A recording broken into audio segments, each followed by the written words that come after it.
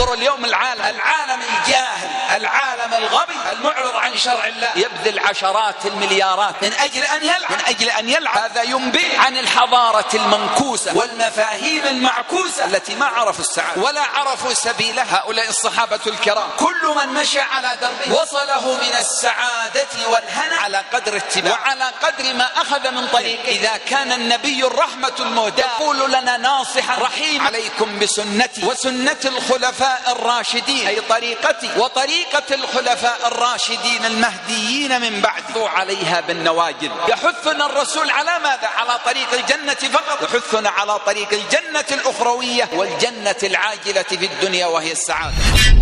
إن السعادة في طريق أولئك. ولهذا يذكر بعض التابعين ومن تبع الصحابة بإحسان من حياته ولذة عيشه ما يقول إنه عاجز عن وصف. يقول الحسن البصري رحمه الله تعالى: والله لو يعلم الملوك وأبناء الملوك ما نحن فيه من طيب العيش جالدونا عليه بالسيوف. لو يعلمون، لكن من يعلمهم؟ من يدرسهم؟ من يفهمهم؟ هذا فهمهم لا تصل الفهوم إلا بطاعة الله وبالصلة بالله سبحانه وتعالى.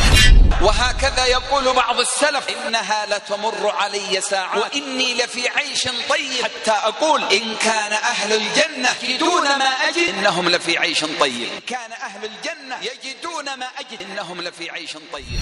بلال بن رباح رضي الله عنه يسحب في الرمضاء، توضع الحجارة المحماة على صدره على وجهه. غيره من الصحابة تحمى الحديد على النار حتى يحمر ويوضع في ظهره حتى يبرد في شحمه. ثم يقول أحد ويسأل عن ذلك فيقول: قارنت بين مرارة العذاب ولذة الإيمان فغلبت لذة الإيمان على مرارة العذاب. أين هذه اللذة عند اللعابين؟ أين هذه اللذة عند العالم التائه، العالم الضائع الذي ما عرف الله سبحانه وتعالى حق المعرفة؟